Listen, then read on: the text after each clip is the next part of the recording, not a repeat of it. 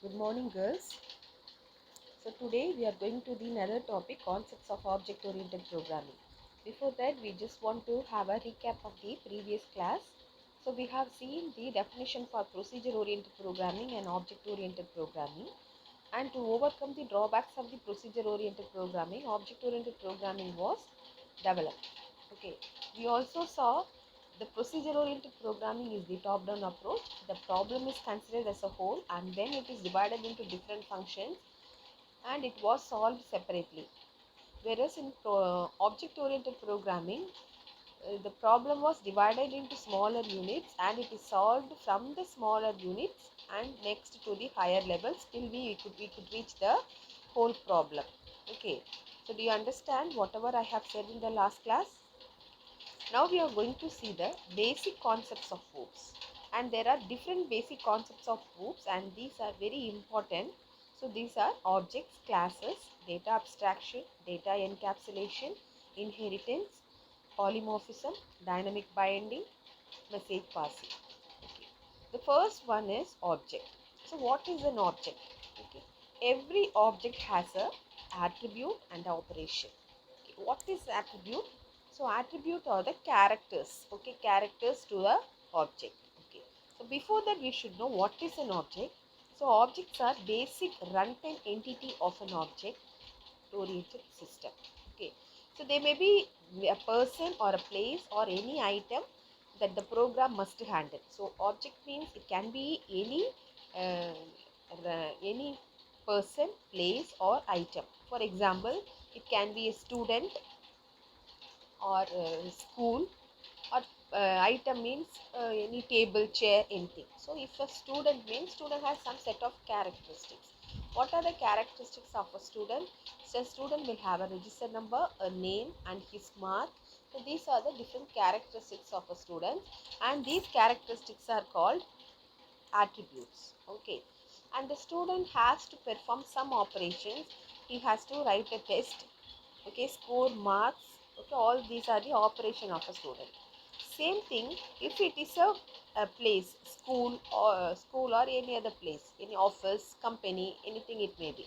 So school means school will have a name and it will have a set of staff, students. Okay, the school will be functioning in collecting the fees, okay, producing the result of the students, and these are the operation of the school.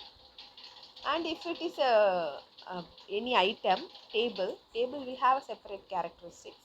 Table will have a nature of the material it is done. Okay.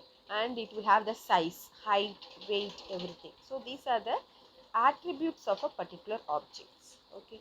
So objects, when a program is executed, the object interacts by sending message to one another. Okay, so I told you already in object oriented programming, so everything will be in the form of objects. Okay, every small unit of the object oriented programming is an object, and through the and collecting all these objects only the object oriented program is constructed. Okay, so these objects are communicating with each other. For example, so if we have two objects, customer and account,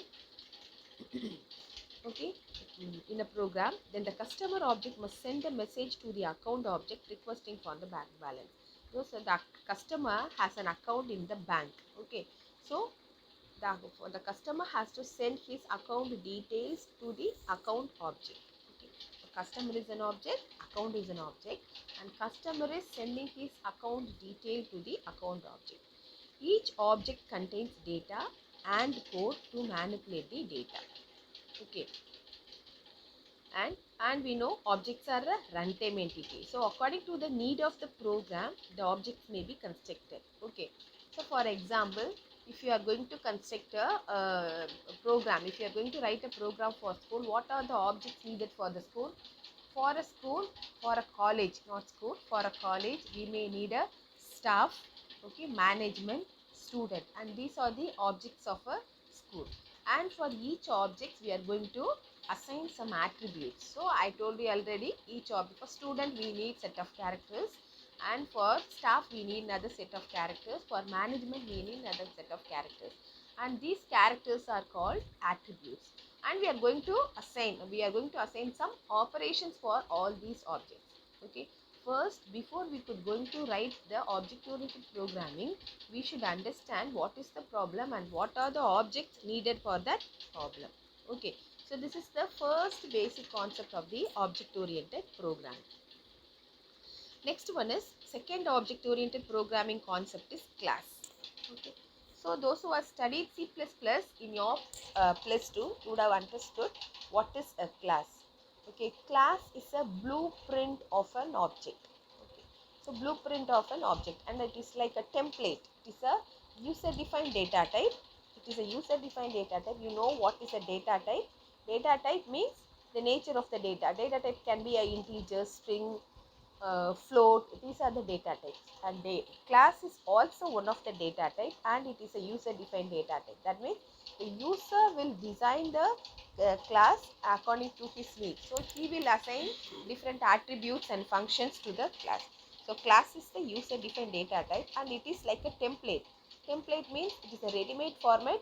Wherever we want to use, we can use it by giving our own values. Okay, so class is a blueprint of an object, or it is like a template. So classes are user defined data type and behaves like a built-in types of a programming language. Okay, so we'll create one class, and from a class we can create different objects. Okay, object contains code and data which can be made user defined type using a class. So first we have to create a class, and from the class we are going to define more than one objects. A class can be a built-in data type, like for integer means int a comma b comma c comma d. So for int we can create any number of data, any number of variables. Likewise, we create a class once, and for the class we can create any number of class variables. Okay, for integer we are creating integer variables, int a comma b comma c comma, or int sum number 1 number 2 we are creating, no, according to that. So for a class, suppose if a class is student, for student we will be creating s1 s2 s3, so the number of students we need. Okay, and these class variables, so for a class we are creating class variables, no, these class variables are called objects. So objects are variables of a class. Once a class has been defined, we can create any number of objects for that class. A class is a collection of objects of similar type. Okay, for a class all the objects are of similar type. So for integer, all the variables you are declaring, int a comma b comma sum comma total comma, whatever the variable you are declaring, all the variables are of type integer. Same way, if you are declaring variables of a class, all the variables of a class will be the same type. So we can create an object of a class using the following syntax. So they have given an example. So syntax: class name, object name. Okay, so first you have to create a class. After creating a class, we can declare variables for the class, and the class variables are called object. I told you. Okay, so class name space object name. So you can declare object or class variables for the class like this. So here class name is a class which is already created. Object name is any user defined name. For example, if student is a class, so if we have created a class student, and we can declare different variables for the class student, Ram, Sham. Okay, so like that, different variables. Okay, in example, Ram and Sham are the names of objects for the student. So we can create any number of objects for the class. So class is the second basic concepts of the object oriented programming. So the third concept is encapsulation. So just you look at the diagram, you will understand. So encapsulation means it is covered. Okay, so they have given a capsule. The outer cover of the capsule is called class, and inside the class you have a attributes and functions. So attributes are member variables. So here attributes means member variables, and functions are the methods, the operations we are going to perform using those variables. So these two, the data and the functions, are encapsulated together. So already we saw in the object oriented program. So object we have a data and the functions will be covered together, or built together, bound together, we saw, no, that concept is called encapsulation. So encapsulation, for example, medical store. So let us say you have to buy some medicines. You go to the medical store and ask the chemist for the medicine. Only the chemist has to access to the medicine in the store based on your prescription. Okay. So the chemist will go through your prescription and he will give the medicines that is prescribed in your sheet. Okay. So this reduces the risk of your taking any medicine that is not intended for you. So the chemist takes the particular medicines from the medical stores and gives to you. Okay. If they are allowing you to take the medicines, we may not take the correct medicine.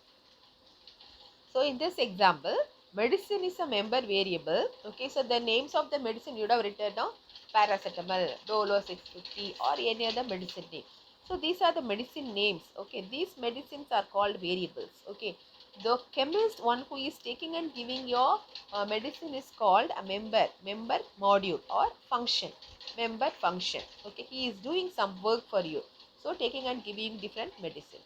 And you is an external applications or piece of code. Okay, so in a medical store, chemist is there, the medical person is there, and medicines are there. You are accessing those medicines from outside through the chemist, that is through the medical representative. So that person is called a function. Okay,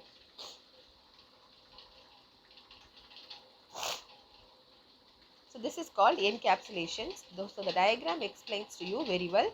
So you have a two types of variables and functions: private variables, private methods. Methods are functions, methods, modules, everything whatever they were given, it is a functions. So private variable, private modules, public variables and public modules. So the private variable and private modules cannot be accessed from outside, and the public variable and the public modules can be accessed from outside. Okay, so these are covered inside a class, so encapsulated. Okay, protected through a class.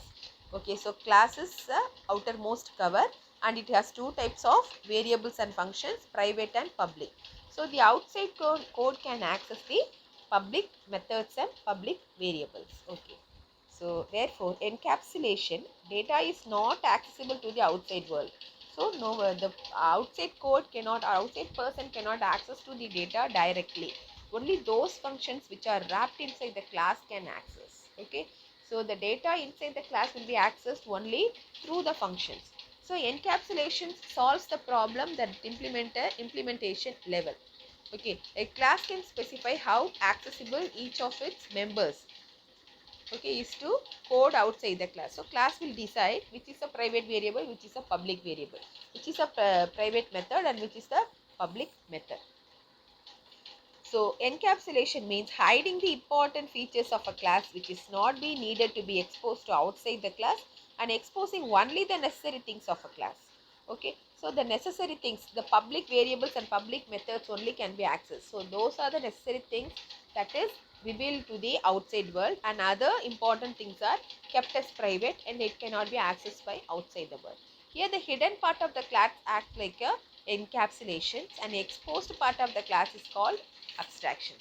So the class will decide which data should be exposed to the outside world and which data should be kept secured. Okay, so the kept secured is called encapsulations, and the data revealed, the particular data that is revealed to the outside world, is called abstraction. So next topic is abstraction. Now you would have understood what is abstraction. Abstraction refers to representation of necessary features without including more details or explanations. So we are not explaining everything to the outsiders. Okay, so you go to a medical shop, you don't need to know about all the medicines. You want only the medicines what you want. Okay, so the medical person will give to you the medicines that you are asking for it. Okay, so he will not explain all the medicines, then will give to your own medicines. So he gives only your medicines. So that is called abstraction. Okay, so data abstraction is a programming technique that relies on the separation of interface and implementations. So abstraction, when you press a key on, of example, this is an example. So when you press a key on a keyboard, the character appears on the screen. Okay, so usually when you work in your computer, you just type it in your keyboard. Whatever you type in your keyboard, that appears on the screen. Do you know how it comes to the screen?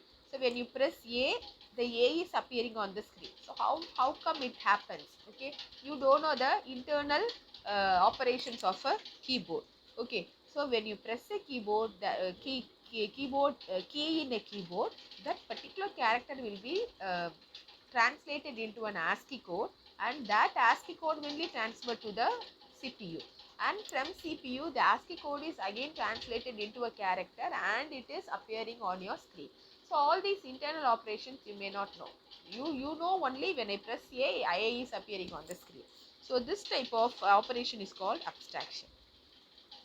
The next concept is inheritance. So inherit. What do you mean by inherit?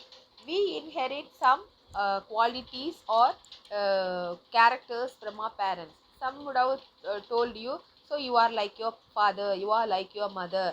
So your height, your face is looking like your father's. These are the different properties that we inherit from our parents, and the grandchildren can inherit the property of the grandfather. So this is inheriting. We are acquiring something from our ancestors. This is called inheritance. Same thing, different classes will be created. When we create a new class, we need some of the characters from the class that is already created. So we takes all the characters of a class. Means in a class you will have a variables and a functions. So when we create a new class, we need some of the variables from the older class and some of the functions from the older class. So instead of creating again the variables and the functions, okay, we get all the variables and the class from the already existing class, and now we will include only a new variable and new functions. Okay, when we create a new class, the whatever we have already, that is used from the previously created class, and only the new variables and new functions will be included. This is called inheritance. And the already created class is called base class, and the newly created class is called derived class. So the derived class acquires some of the characters of the base class. Okay, so in inheritance there are two types of class, derived class and base class. So the mechanism of deriving a new class from an old class is called inheritance or derivations. The old class is known as base class, while the new class is known as derived class or subclass. The inheritance is the most powerful feature of the OOPS concept. Okay. So whereas why it is called a very important feature means we are reusing whatever is created already. Okay. So the reusability, instead of producing it again and again more than one time, so whatever is created already, we are reusing the code and the functions. Okay. So that reduces the time and the work. Okay. So this is the important feature of the inheritance. For example, so consider an example of a family of 3 members having mother, father and son. Okay. So the son name is Jack. So Jack father. So Jack father, how the Jack father, the characteristics of a Jack father is tall and dark. So the characteristics of a Jack mother is short and fair. Okay. Now Jack will have the features of tall and fair. Okay. He acquires some characters from his father and some other characters from his mother. So he is said to have inherited features of his father and the mother. Okay, do you understand? Okay. So inheritance, through effective use of inheritance, you can solve lot of time. Okay. So I told you, as I told you, reusability of code, okay, reduces the time. Okay, which in turn will increase the quality of work and productivity. So the already developed class will have a set of variables and functions that would have tested and executed and kept safely. Okay. So since we are using the same code and functions, we need not test it again. Okay. So we know it already, it is tested and it is executed, it is working properly when in a class. Okay. So that code only we are using it now. So in the second time, those codes need not be tested or executed. So the only new part of the class can be tested and executed. Okay. So this increases the quality of our work and productivity. So inheritance there are different types of inheritance. Okay, single inheritance, hierarchical inheritance, multiple inheritance, multi-level inheritance. So according in about each inheritance, we will see in details about in the coming classes. Okay. So now you should know what are different types of inheritance: single, hierarchical, multiple and multi-level. The next concept of OOPS is polymorphism. Okay, so polymorphism. So just you see the diagram, it may look little funny, but it will be very interesting when you listen, when you closely look at it. Okay, a person is telling now speak. Okay, and there are different a duck is there, dog is there, and a cat is there. So a person is telling speak. So the duck say quack. The wolf, so it is not a dog, it is a wolf or dog, I don't know, so it is a woof. So the cat is cat is saying meow. Okay, so for to speak, the command is to speak, and different peoples are speaking in different way. Okay, so speak has different form. Okay, so polymorphism means, okay, polymorphism means taking many form. Okay, so polymorphism is a Greek word which means ability to take more than one form. Okay, for example, so they have given an example for polymorphism. So plus symbol. So plus symbol is used for addition. Okay, so the same plus symbol can be used for some other functions. Okay, a plus symbol, it is an operator. So that operator performs more than one function, then it is called polymorphism. So they have given an example, operator plus, and operator plus here it is an using for additions. 2 plus 3 equal to 5. So it is adding two numbers. So in the other side you can see, okay, it is concatenating two string. Okay, so the same plus operation used for string concatenation. Okay, and the same thing, one more example you can see. So double plus when you use I plus plus or plus plus say when you use, will increment the value. So there it is used for incrementation. So a symbol is the same, when it is used in different place, it performs different actions. Oh, so the polymorphism means taking many forms. So this is known as operator overloading. The same operator takes many forms. So it is called operator overloading, because same operator may have differently on different instance. So the same way function also can perform different operations. So the function name may be same, but the function may perform different operations. Okay. So the name of the function may same, but the argument passed to the functions may be different numbers. A function with one argument, function with two arguments with the same name. For example, some function may takes two arguments or three arguments. Some 5, 7 is one function, and some 4, 6, 8. Okay, the function name is same, but the different number of arguments are passed. So a single function print draws different objects. Okay, so print is the function, and in print you have different shapes. So they have given an example. So print has a circle, rectangle, and a square or bar. Okay, wow. So different shapes can be drawn in a same print statement. A single functions, okay, does uh, many operations. So this is called function overloading. So when we use an operator, we call it operator overloading. When we use a function, it is called function overloading. Next one is dynamic binding. Okay, so binding means link between the procedure call and to the code. So procedure is nothing but the functions. Okay, so function, when a function call is executed, how a function call will be executed? In the main function we will write a function call, and function will be written separately. When you call a function, you will give the you will pass the values to the functions. Okay, so when you call a functions, okay, the function has to be attached to the main program. Okay, so you write a main program. In the main program, sum of 3, 4 you would have written. So sum of 3, 4 may be the function call or procedure call that some function would have written after the program. Okay, so when the particular function call is executed, the compiler will search for the function sum. So the compiler will go and search for the function where the sum has written, and it will link the sum to the main program. So this is called binding. So it is the process of linking a function call to the actual code of the function at the runtime.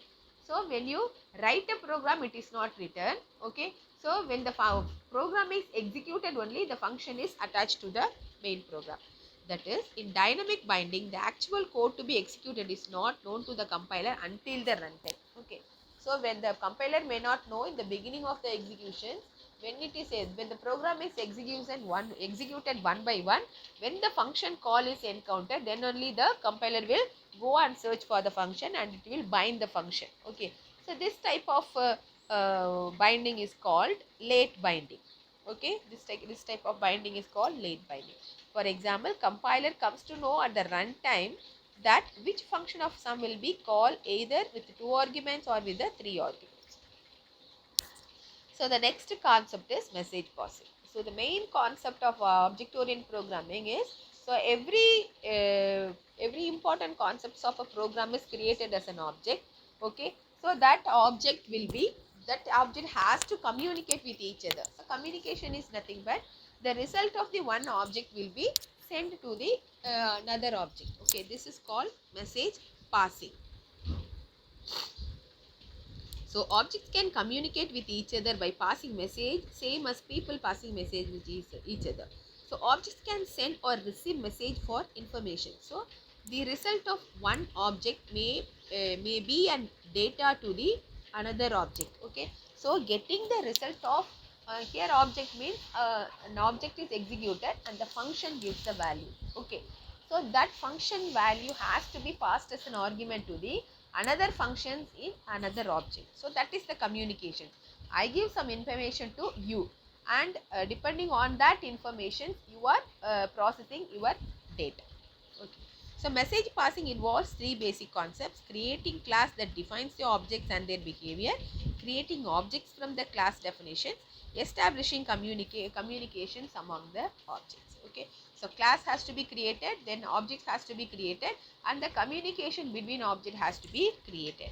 So concepts of message passing makes it easier to talk about building system that directly model or simulate the real world counterparts. So many real world applications, it needs a data from one function to another function.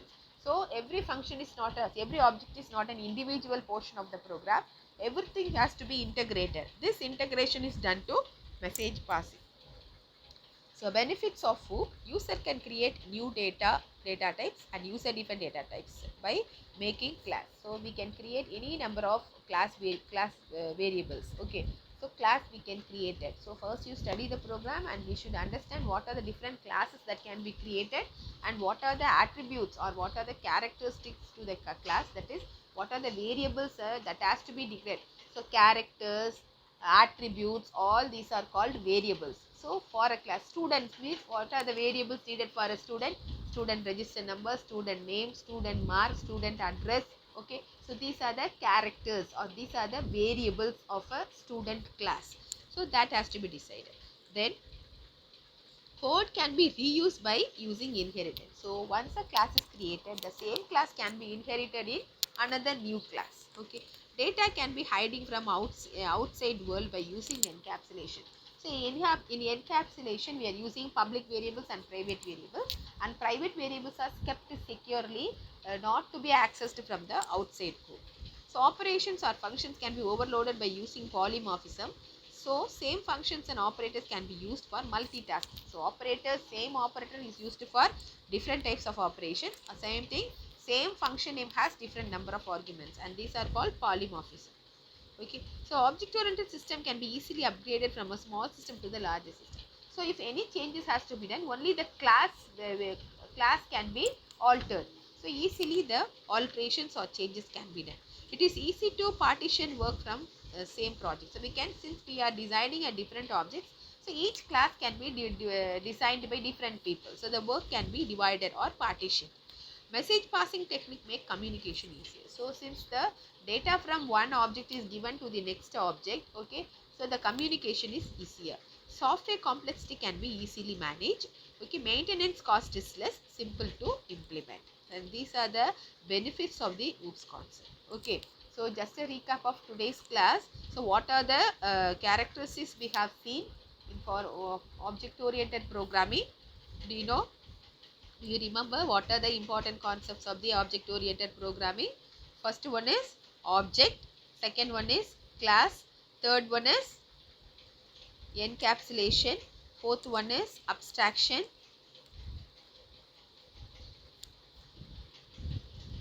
okay, Okay, abstraction. Fifth one is inheritance. Sixth one is polymorphism, and seventh one is dynamic binding. Eighth one is message passing. And these are the basic concepts, and it is very important in all your question papers. You will have what are the basic concepts of OOPS. Okay, so it is a 10-mark questions.